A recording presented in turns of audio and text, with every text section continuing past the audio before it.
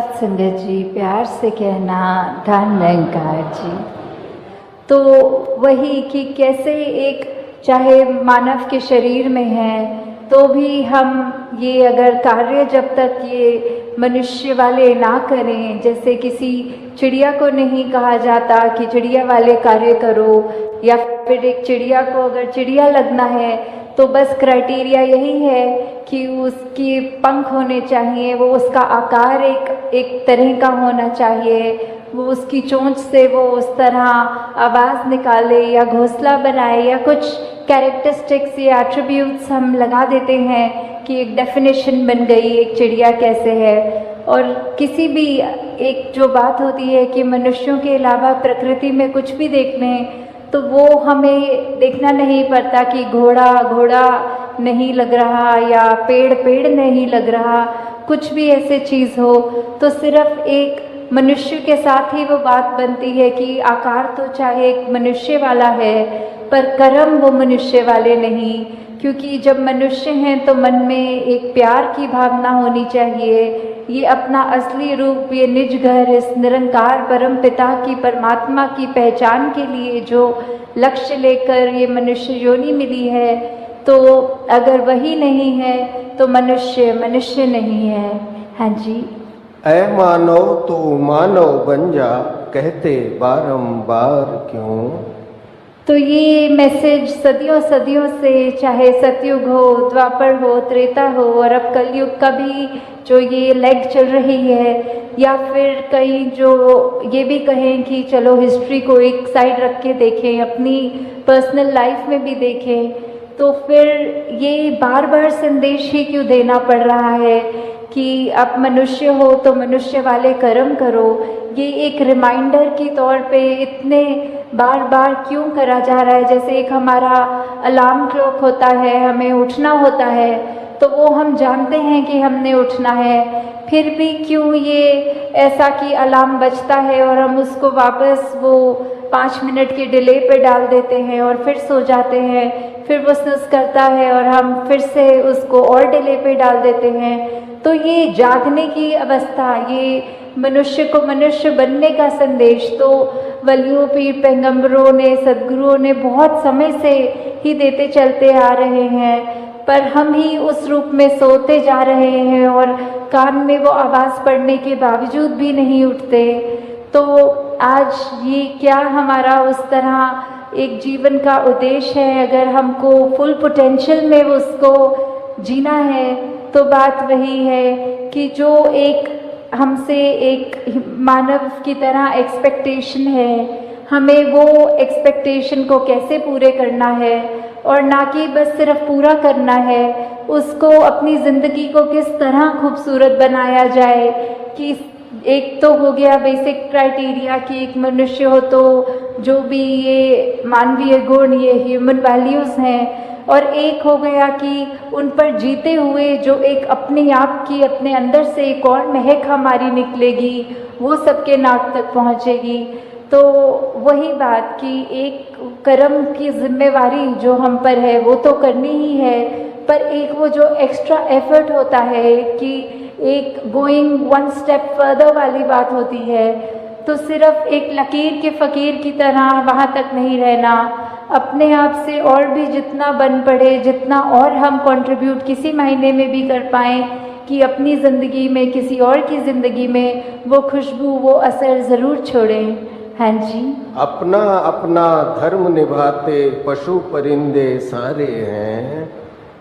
तो वही बात कि जिसकी जो एक लाइफ स्टाइल है, जो एक कार्य करने के लिए परमात्मा ने अपनी प्रकृति में जो भी चीज़ डाली हो, कि चाहे जानवर हो, चाहे पंछी हो, चाहे कोई भी ये कायनात की, ये कुदरत की चीज़ ले ले, पानी का स्वभाव ले ले, नीचे को बहना या फिर सर्दी में जमना या कुछ भी चीज़ हो, पेड़ों का देखें कि बारिशों में हरियाली और पतझड़ में झड़ना, तो ये सब का जो अपना एक नेचर कह सकते हैं, एक ये नियम में बंधे हुए, ये निरंकार की आज्ञा में रहते हुए जो जो कार्य थे उनके गुणों में, वो सब तो वैसे ही सब कुछ करते जा रहे हैं। पर वही बात, ये सारी इंडिकेशन, ये सारे एग्जाम्पल्स इस शब्द में बार बार उसी की लाइन को स्ट्रेस करने के लिए आ रहे हैं कि ये कंपैरेटिव, एक कंपैरिजन करने के लिए कि एक तरफ जहाँ मनुष्य जो सबसे ऊंची योनि माना गया है और उसके कंपैरिजन में जो बाकी योनियाँ हैं, तो भी इस मायने में तो वो सब ज़्यादा श्रेष्ठ हो गई कि वो सारा अपना कार्य जैसा करना है वैसा ही कर रहे हैं। और हम इस योनि में जो आए हैं ये अवसर लेके कि ये निरंकार की पहचान कर सकें, तो हम उसको असमर्थ कहीं ना कहीं हो जाते हैं। सिर्फ ये बात वो नहीं है कि ज्ञान लेने तक की जर्नी नहीं है ये वो भी लिया जाए कि हम अगर ज्ञान ले चुके हैं तो भी क्या हम बन गए सही मायने में मनुष्य, या अभी भी हमारे जीवन में वही अंधकार है, वही अहंकार है, वही लालच है, या कोई भी ऐसी बुरी बात हो, तो उसी पे हमको अपने आप पे काम करना है कि सारे रास्ते तो हमारे सामने हैं और सही गलत की हमारे पास ये बुद्धि भी है, ये चेतनता भी है। तो हमने क्या अपनी ज़िंदगी में कंकर उठाने हैं, कांटे उठाने हैं, या अच्छे गुणों फूल समान जो बात है वो लेना है। हाँ जी, अपने ही नियम पर चलते सूरज चंदा तारे हैं। तो ये जो सूरज चांद सितारे, सेलेस्टियल बॉडीज़, या कोई भी धरती के ऊपर भी जो भी चीज़ है वो सबका एक वही बात, जो नियम बना हुआ है, जिस तरह एक फंक्शनैलिटी रखी है, एक लाइफ स्पैन अगर किसी एक भी चीज़ का है, for that matter of fact कि अगर हम एक बाज़ार से कुछ खाने की पदार्थ भी लेते हैं तो उस पर भी वो एक कुकिंग के लिए उसकी रेसिपी होगी, एक उसकी डेट ऑफ मैन्युफैक्चरिंग और एक एक्सपायरी डेट भी होगी। तो ये जो लाइफ स्पैन में उसको इस्तेमाल कैसे करना है, हमें खाना है उसको, तो उसको बनाना कैसा है, एक उन्होंने वो भी लिखा होता है कि इसको फ्रिज में रखना है या फ्रिज में नहीं रखना।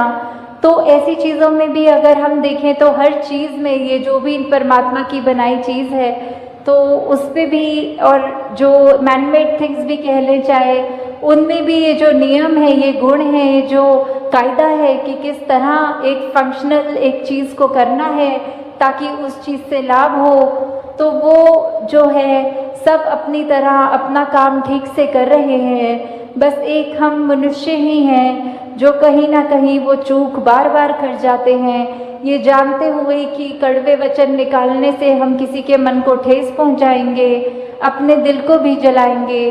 फिर भी अगर ऐसी कोई स्थिति आती है जहां दूसरे को हम छोटा महसूस करवा सकें तो हम वो मौका नहीं छोड़ते हैं। तो ऐसा अगर इसी रास्ते पे चलेंगे तो डेफिनेटली वही बात कि एक हम मनुष्य होने का प्रमाण ही नहीं दे रहे, बाकी चीज़ें सब अपने तरह ठीक से उसी तरह कार्य कर रही हैं सिवाय मनुष्यों के। हाँ जी, एक मानव की जात है ऐसी जो जग में बदनाम है। तो ये मनुष्य उस तरह ये बदनामी का तिलक क्यों सर पे लेके घूम रहा है, ये क्यों उस तरह ये नाम आ रहा है कि कुछ ऐसा गलत कर रहे हैं मनुष्य जो नहीं करना चाहिए, या फिर कुछ ऐसी आदतों में एक इंसान बन जाता है कि चाहे अगर एक ऐसा ही एग्जाम्पल ले लें कि हम अगर कोई आज ड्रग एडिक्शन या नशे या कोई भी ऐसी बात का एग्जाम्पल लेते हुए चले कि हमें पता है वो चीज़ सेहत के लिए भी नहीं अच्छी, हमारे मानसिक बैलेंस के लिए भी नहीं अच्छी, पर फिर भी अगर वो किसी ने एक बार चख लिया तो उसका इतना आदी हो जाता है कि अपनी ज़िंदगी को वो नष्ट करने शुरू कर देता है। तो वही बात कि हमें कैसे अब यूटिलाइज करना है ये जो हमें ज़िंदगी मिली है, इस निरंकार की दी हुई एक ये गिफ्ट की तरह जो ज़िंदगी है, हम उससे क्या कर रहे हैं, हम मनुष्यों वाले कार्य कर रहे हैं या अपने पतन की ओर अपने आप को ले जाते चले आ रहे हैं। कुछ बोलना ना पड़े, हमारे कर्म बोलें और वो कर्म देखकर सभी ये बोलें कि ये मनुष्य इतना अच्छा है, हमको भी ऐसा ही मनुष्य बनना है। तो बात वही, अब मनुष्य तन मिला ही है तो असली रूप में मनुष्य वाली जिंदगी को भी बिताएं। साथ संगत जी प्यार से कहना, धन्यवाद जी। सतगुरु माता सुदीक्षा सविंदर हरिदेव जी महाराज की जय। निरंकारी राजमाता गुरबचन अवतार की जय। सत्संग जी प्रेम से कहना दया निरंकार जी। आज भी जब जिक्र हो रहा था कि मोबाइल नंबर सतगुरु का, तू ही निरंकार मैं तेरी शरण हाँ मैनू बख्श लो, उसकी सारे गुण बताए गए कि लाखों करोड़ों भी एक ही बारी में कनेक्ट कर सकते हैं, कभी व्यस्त नहीं होता, कभी कॉल वेटिंग नहीं होती। पर एक चीज जो दास कहना चाहेगा कि जिस तरह आम कोई फोन में बात करनी होती है तो उसमें बैलेंस डालना होता है, तो इसमें भी गुरमत का बैलेंस, श्रद्धा के भाव, भक्ति भाव। ये फोन नंबर डायल करने से पहले अगर मेरे हृदय में ये भाव नहीं है, ये गुरमत नहीं है, ये समर्पण नहीं है, तो ये नंबर नहीं लगेगा और फिर मैं इस नंबर को दोष देता हूँ। फिर मैं कहता हूँ शायद ये बातें बेकार की हैं, क्योंकि अपना कर्म या अपनी जिम्मेवारी वो कोई लेना नहीं चाहता, मैं लेना नहीं चाहता। और टूर के दौरान एक स्थान पर यही भाव रखने का अवसर मिला कि भक्ति तो सिर्फ और सिर्फ भाव है। भक्ति में से भाव का घाटा हो जाए, समर्पण का घाटा हो जाए तो भक्ति के समझो प्राण निकल गए, भक्ति बची ही नहीं। भक्ति वो कहला ही नहीं जा सकती जिसके अंदर सदगुरु के प्रति समर्पण नहीं है, दिल में प्रेम नहीं है, श्रद्धा नहीं है। तो अगर दिल में श्रद्धा नहीं, दिल में प्रेम नहीं, दिल में सदगुरु के प्रति विश्वास नहीं, समर्पण नहीं, तो फिर इस शरीर की हरकत को भक्ति नहीं कहा जा सकता। शरीर चरणों में लेटा रहे और अकल मुझ पर भारी है, तो ये भक्ति नहीं, ये ढोंग है, ये धोखा है। और धोखा हम किसी और के साथ नहीं, अपने साथ कर रहे हैं। किसी और को धोखा क्या दे सकते हैं? किसी को कोई धोखा नहीं दे सकता। हम सबसे बड़ा पाखंड अपने साथ कर रहे हैं। अगर मन में कोई भाव नहीं, दिल में कोई श्रद्धा नहीं, फिर तो शरीर की हरकत। तो ये भक्ति कोई दुनियादारी का सिलसिला नहीं कि निभा लेंगे, निभानी पड़ेगी, बड़ी कोई मजबूरी है। दुनियादारी निभाएं जहां मजबूरियों में निभाना पड़ता है, पर भक्ति तो इन सब चीजों से मुक्त करने वाला एक रास्ता। उसमें ये एहसान हम किस पर करने चले हैं कि हम निभा लेंगे।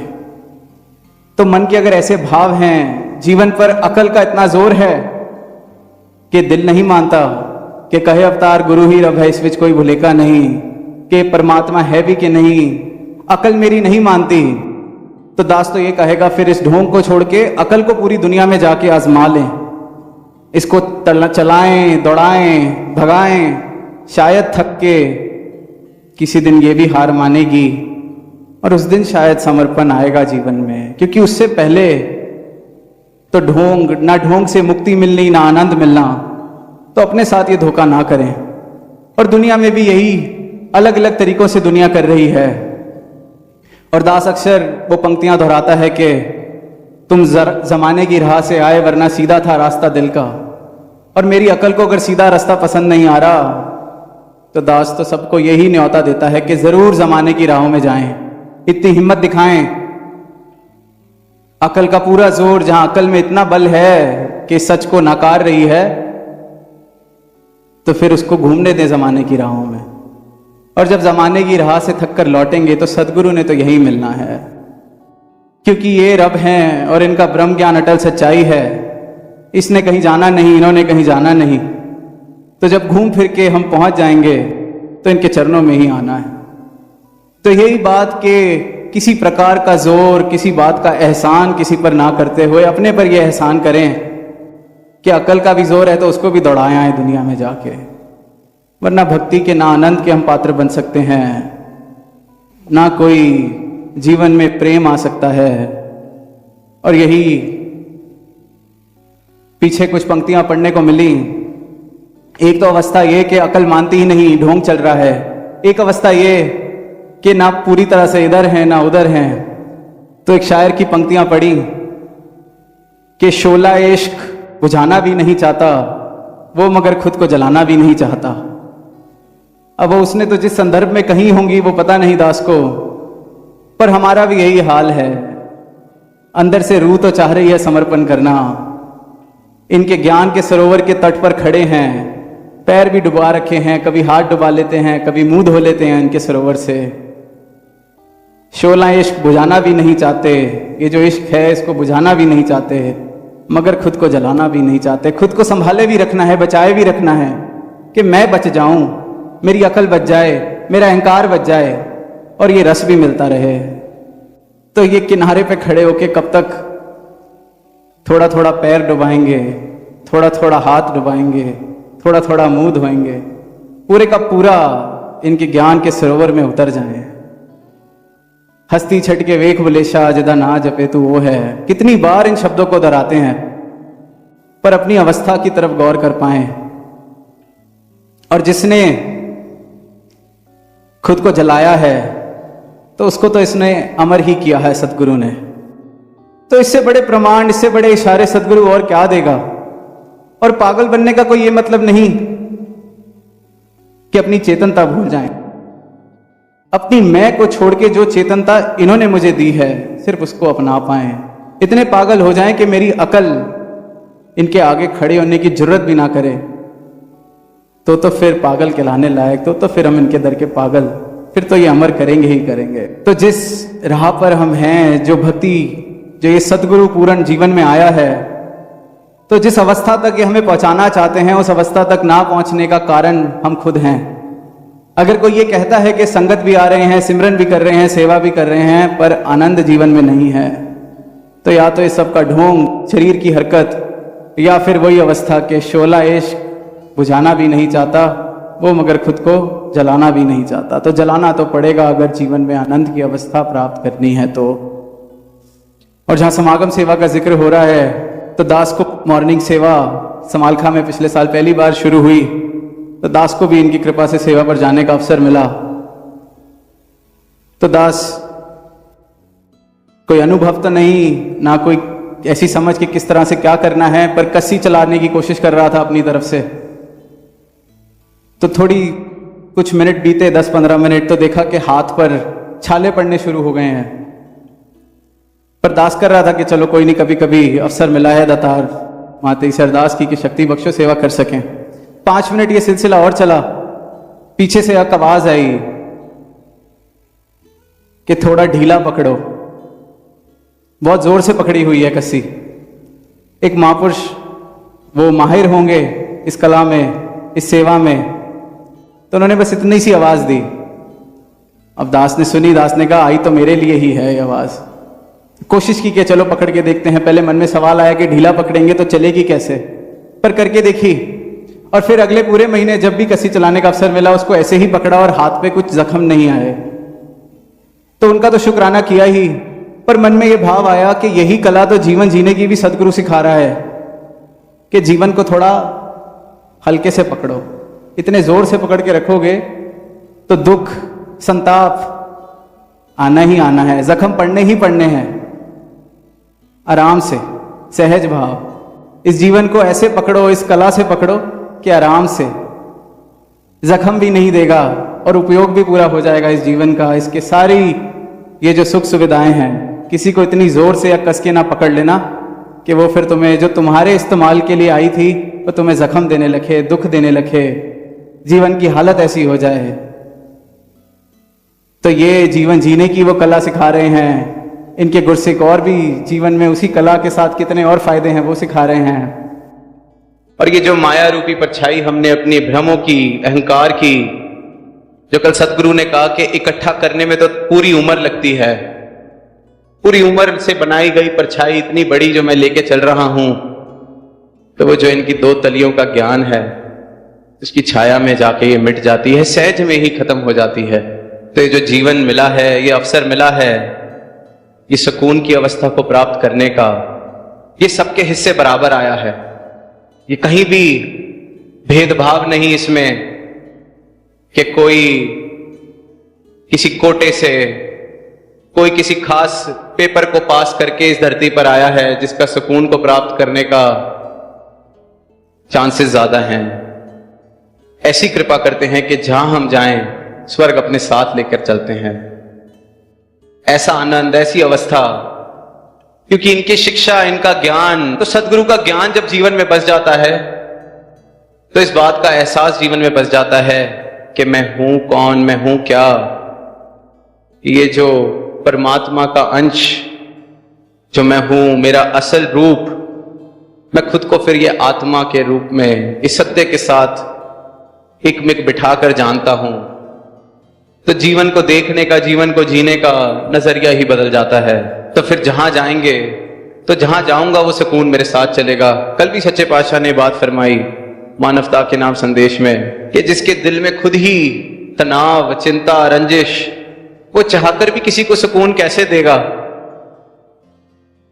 उसको स्वर्ग के दरवाजे पर भी छोड़ाया जाए वो वहां भी नरक बना लेगा। कहीं पढ़ने को मिला कैसे ही किसी आदमी ने अपनी जीवन की यात्रा पूरी करी, तो अब बैठे हैं, जैसे सुनते आए हैं कि स्वर्ग और नरक के दरवाजों पर हिसाब किताब चल रहा है कि कहां भेजा जाए। तो ताउमर जीवन ऐसा जिया गया कि जाना तो नरक में ही बनता है। तो वहां जो अकाउंटेंट हैं वो कह रहे हैं आपका हिसाब किताब जोड़ लिया है, नरक में जाना पड़ेगा। तो आगे से जवाब देता है कि आप मुझे क्या नरक में भेजेंगे, मैं तो ताउमर जितनी उम्र जी है नरक में ही रहा हूं, जहां गया हूं नरक ही बनाया है। सारे ऐसे काम किए हैं जो नहीं करने चाहिए थे, सारी खुशियों से हाथ धो के बैठा हूं, आप मुझे नरक में क्या भेजेंगे? नरक तो मेरे साथ चलता आया है। कहानी बढ़ी तो दास को वो शायर की पंक्तियां, जो गुजारी जा ना सकी हमसे, हमने ऐसी जिंदगी गुजारी है, कि ऐसा जीवन काटते गए जिसको एक उत्सव की तरह जिया जा सकता है, सेलिब्रेशन की तरह जिया जा सकता है, उसको सजा की तरह काटा गया। अब वो जो अकाउंटेंट थे उनको भी थोड़ी ठेस पहुंची कि ये तो पहली बार ऐसा सुनने को मिला है कि इसको नरक में कौन भेज सकता है। तो आगे से जवाब देता है कि चल तेरे को फिर मैं स्वर्ग में भेज देता हूं। तो कहता है वो भी आप नहीं कर सकते, क्योंकि आप मुझे वहां भेजेंगे तो मैं आपके स्वर्ग को भी नरक बना दूंगा, क्योंकि मेरा नरक तो मेरे साथ ही चलता है। और यही इंसान की दशा है, नश्वर में शाश्वत की तलाश कर रहा है, जो खत्म होने वाला है उसे सब कुछ मान के बैठ रहा है। सच और झूठ का उसको फर्क पता नहीं, और पता भी चलता है तो फिर वो ऐसे सोचने लगता है कि जीवन का सार ही क्या है।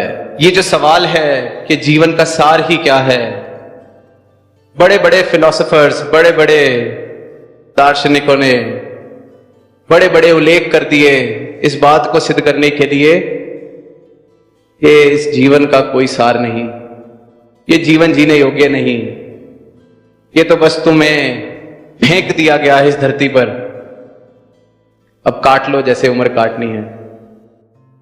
और जीवन का एकमात्र सार, जीवन को सार जिस चीज से मिलता है वो है प्रेम। और वो प्रेम कोई सौदीबाजी वाला प्रेम नहीं, वो प्रेम नहीं जिसे दुनिया प्रेम समझती है। वो प्रेम जो सदगुरु कह रहे हैं कि हम बन सकते हैं, कर नहीं सकते, बन सकते हैं। ये हमारा स्वभाव है, इस परमात्मा को प्राप्त करके, हर एक कण कण में इस परमात्मा के दर्शन करके, जो प्रेम, जिस तरह से परमात्मा ने तुम्हें प्रेम की छवि बनाकर भेजा है, अपनी उस अवस्था को प्राप्त करके खुद प्रेम बन सकते हो। और जब वो प्रेम जीवन में आता है तो जीवन में सिर्फ और सिर्फ सार ही दिखता है। वो अक्सर जो बात बचपन से सुनते आए हैं, जब परमात्मा के विषय में कहा जाता है कि गूंगे का गुड़, कैसे बताए गूंगा कि क्या है भक्ति का आनंद, कैसे बताए भक्त कि क्या आनंद मुझे मिलता है इस भक्ति से, कैसे किसी को अपने दिल के भाव वो बताए कि क्या आनंद मुझे मिलता है जब सदगुरु के दर्शन होते हैं, क्या आनंद मुझे मिलता है जब इनकी एक झलक भी प्राप्त हो जाती है। अब उस नजारे को देखने के लिए तो वो भक्त वाली आंख, और वो भक्त वाली आंख भी फिर देने वाला ये सदगुरु, अपने भाव रखने का, गीत गाने का, कविता पढ़ने का। तो महापुरुषों ने उसके बाद कहना कि आज तो आपने कमाल कर दिया, दिल को छू लिया आपके वचनों ने, निरंकार के साथ लिव जुड़ गई आपका गीत सुन के। तो अंदर जो उछल कूद मचती है, खुशी मचती है, बहुत ही अच्छी लगती है। और फिर हम सब क्योंकि संगत जाते हैं, महापुरुष हैं, हमारी वोकैबुलरी एक हमारा जवाब है कि सब इनकी कृपा, ये करवाने वाले, इन्होंने गवा दिया, इन्होंने बुलवा दिया। पर अगली बार जब फिर उससे भी बेहतर बोला और नीचे उतर के किसी ने नहीं कहा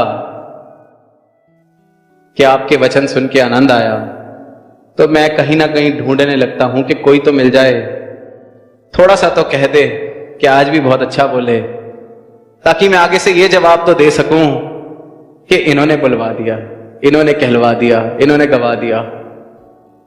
तो ये जो जवाब ये वाला देने की आतुरता कि मैं सदगुरु का नाम ले दूं, मेरी कोई तारीफ हो, तो ये भी मन का खेल, ये भी अहंकार का खेल, जिससे कई बार हम इन छोटी छोटी चीजों की वजह से अपना सुकून गवा बैठते हैं कि आज किसी ने कुछ कहा नहीं, आज कोई कमी रह गई। ऐसे छोटे छोटे खेल इंसान खेलता जा रहा है, और जब समझ आएगा कि इस प्रशंसा की कोई कीमत नहीं, मैं करता हूं ही नहीं, और दुनियादारी में भी देखते हैं तो प्रशंसा का कोई मूल्य नहीं। ऐसे ही किसी रैली से वापस आकर एक लीडर ने अपने करीबी दोस्त को बड़ी नाराजगी जाहिर की कि आज मजा नहीं आया रैली में जाकर। वो कहते क्यों, बहुत कम हार डाले गए। कहते नहीं नहीं, 10-12 हार आपके गले में डाले, मैंने खुद देखा है। कहते 20 आदमियों को तो हार खरीद के मैंने दिए थे गले में डालने के लिए।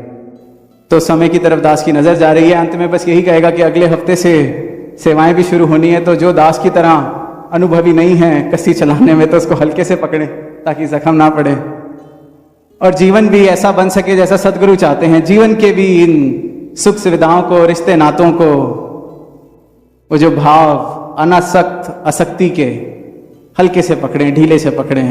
बाकी काम इनका है, इनको करने दें। साथ संगत जी प्यार से कहना धन निरंकार। साथ संगत जी प्यार से कहना धन निरंकार जी। साथ संगत जी, अंग का दुख, जो दुखी रहते हैं वे लोग इसे जरूर सुने। साथ संगत जी, चलिए जानते हैं इस विचार के माध्यम से क्या है अंग का दुख। महापुरुषों, ध्रुव का नाम तो आप सभी ने सुना ही होगा, आप सभी जानते ही होंगे। उन्हीं के नाम से ध्रुव तारा प्रसिद्ध है। ध्रुव तारा हमेशा अपनी उत्तर दिशा में स्थिर अवस्था में बना रहता है।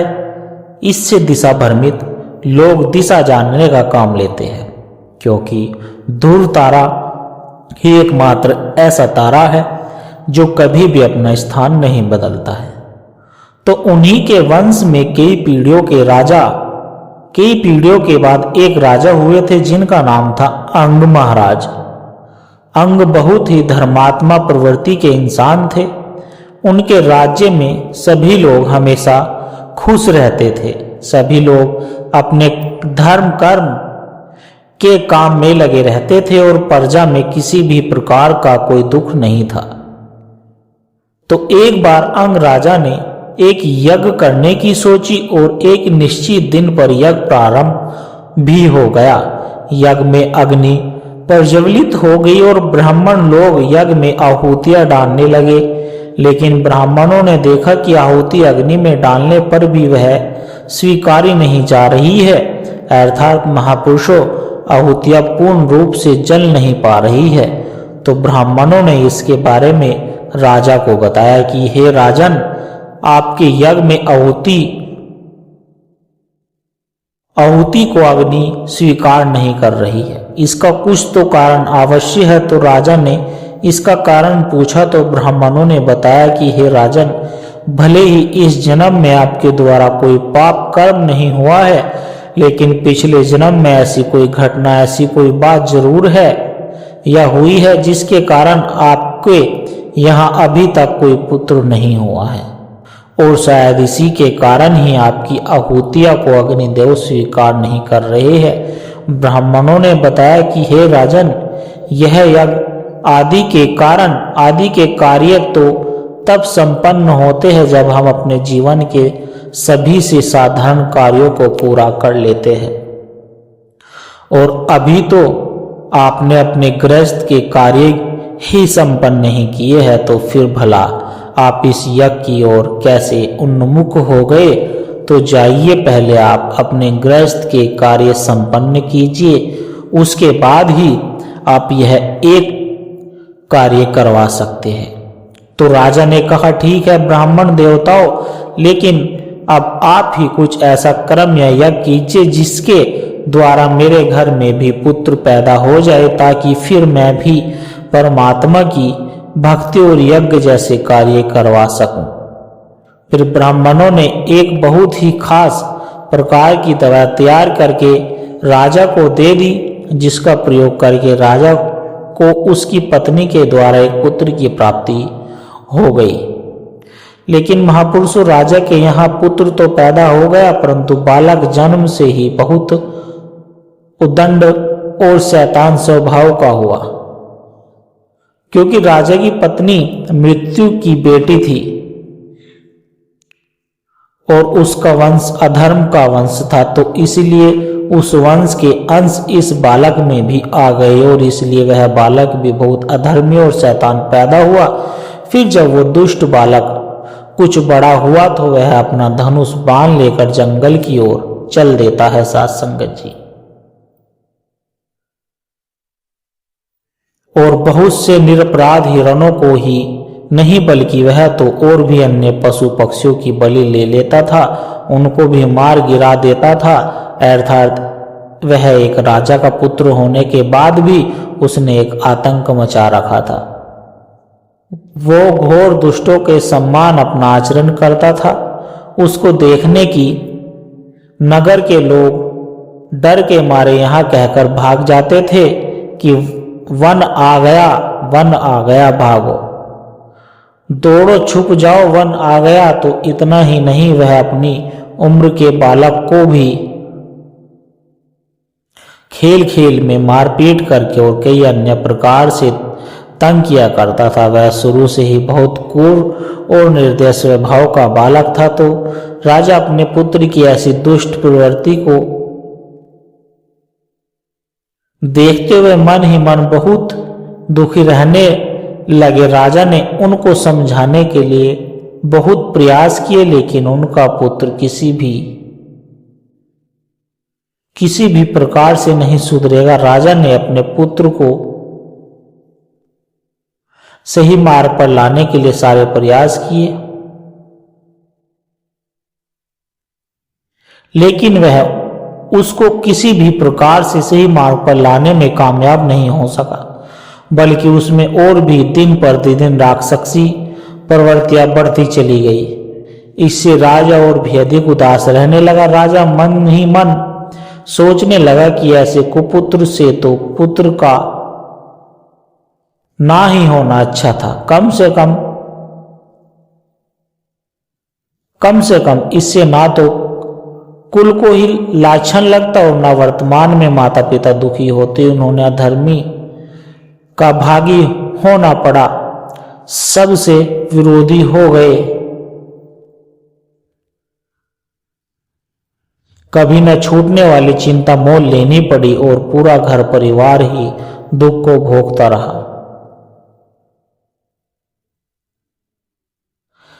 तो सासंगत जैसे नाम मात्र की संतान के लिए भला कौन समझदार पुरुष ललचा। तो फिर भी राजा अपने मन को समझाने के लिए स्वयं से कहने लगा कि वैसे तो मेरा पुत्र नहीं है, इसलिए जैसा भी हो, लेकिन फिर भी यह एक कारण से मेरे लिए बहुत ठीक है, क्योंकि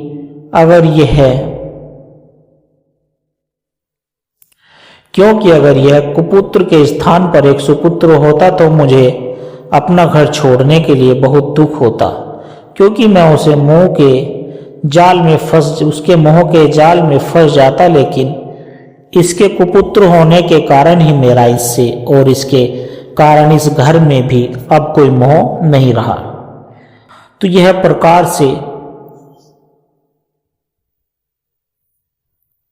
तो यह प्रकार से मेरे लिए अच्छा है, क्योंकि मैं अब अपना घर त्याग रहा हूं और मुझे अब किसी भी प्रकार का कोई मोह नहीं है।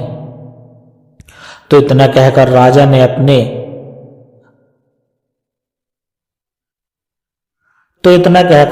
ने अपना घर परिवार त्याग कर दिया और अपने महान वैभव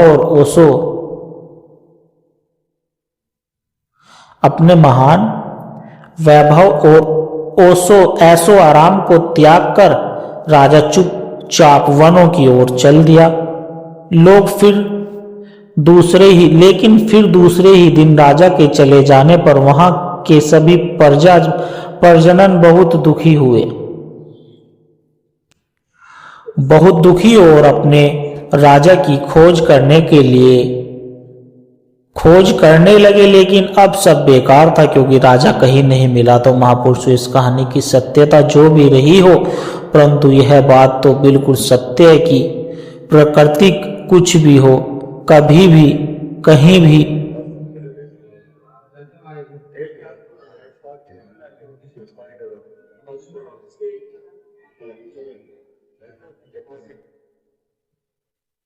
बिल्कुल सत्य है। इस कहानी की सत्यता जो भी रही हो साथ संगत जी, परंतु यह बात तो बिल्कुल सत्य है कि प्रकृति कुछ भी हो, कभी भी ठीक नहीं हो सकती, क्योंकि प्रभु परमात्मा के कार्यों में बाधा डालने पर या इसकी किसी भी प्राकृतिक अवस्था में कोई परिवर्तन करने पर प्रकृति का संतुलन बिगड़ जाता है, जिसके कारण कभी भी यह सब कुछ तबाह हो सकता है। तो यही इस कहानी का पहला यथार्थ है। और दूसरा यह है कि हमारा कितना भी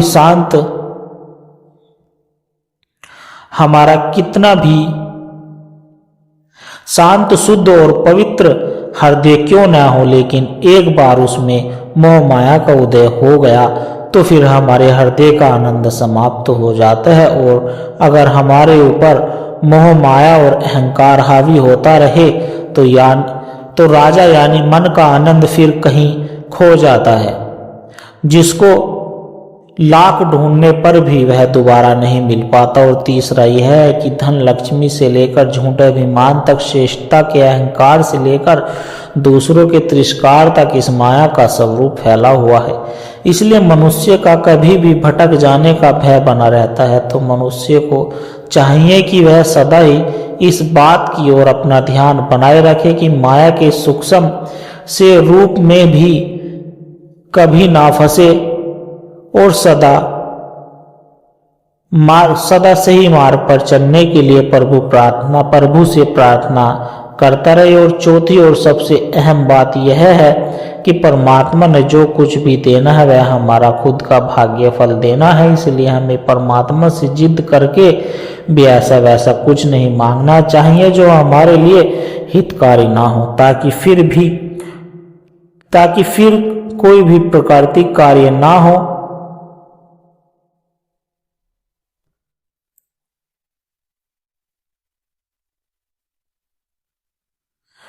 सके। यही हम सब के लिए सुखदायी है, हितकारी रहेगा। तो महापुरुष अंत में दास बस आप अपने लिए और सभी महापुरुषों के लिए सतगुरु से केवल भक्ति का ही दान मांगते हुए अब अपने शब्दों को यहीं पर विराम देता है। बड़े प्यार से कहना धन निरंकार जी और सत्संगत जी। आशा करता हूँ दास के द्वारा कहे विचार आप सभी संतों को अच्छे जरूर लगे होंगे। अगर अच्छे लगे हो तो वीडियो को लाइक करें, शेयर करें, कमेंट बॉक्स में धन निरंकार जी लिखकर अपने विचार साझा जरूर करें और दास के चैनल को भी सब्सक्राइब जरूर कर ले। और प्यारे संतों, एक छोटी सी अरदास और आप जी के चरणों में। अगर इन विचारों ने आपके दिल को छुआ है, अगर आपको आत्मिक शांति का एक कण भी महसूस हुआ, तो इस ज्ञान के प्रसाद को केवल अपने तक सीमित ना रखे, इस प्रेम के पैगाम को आगे औरों तक भी पहुंचाए, क्योंकि सत्संगत जी एक दिए से ही दूसरा दिया जलता है। जब हम इस सत्य की आवाज को और रूहों तक पहुंचाने का माध्यम बनते हैं तो यह भी निरंकार की बहुत सुंदर सेवा ही है। और इस ज्ञान की धारा से, सतगुरु के इन विचारों से निरंतर जुड़े रहने के लिए आप हमारे सत्संग के डिजिटल परिवार का हिस्सा बन सकते हैं, ताकि जब भी कोई नए विचार साझा हो वह आप तक ही सहज में पहुंच जाए। सतगुरु हम सबकी छोटी छोटी सेवाएं स्वीकार करे और दास को यह भी आशीर्वाद दे कि दास हर रोज आप जी के चरणों में ऐसे ही सुंदर सुंदर प्रेरणादायक कहानी विचार लेकर आता रहे। साथ संगत जी, बड़े प्यार से कहना, धन निरंकार जी।